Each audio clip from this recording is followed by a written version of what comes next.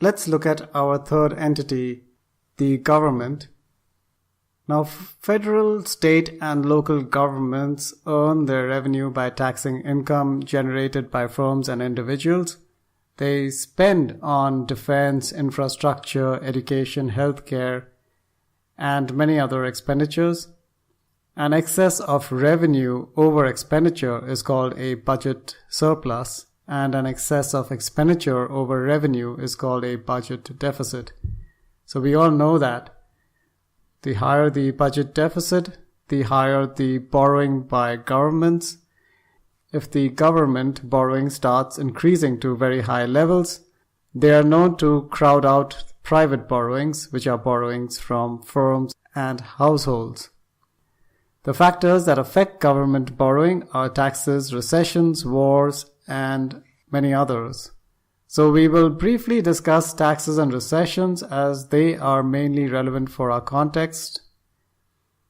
In recessions, governments run deficits since the economic activity is reduced and therefore tax revenues reduce.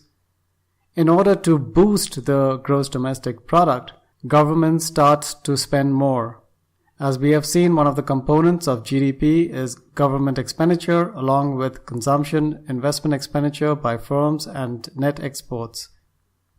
Therefore, to boost growth, the government starts to take up more projects, creating employment to reduce unemployment insurance. As expenditures start to exceed revenues, the deficit increases and the government needs to borrow to finance these deficits. This increases the demand for funds, which in turn shifts the demand curve to the right, putting pressure on interest rates. Now, when we look at taxes, sometimes politicians reduce taxes to win popularity. Now, we saw this happened in 1981 in the US. The tax cuts, such as the famous Reagan cuts of 1981, resulted in reduced tax revenue and an increase in the government deficit ever since in the United States. So these are the reasons that cause shifts in the demand or supply curve when it comes to government borrowing or lending.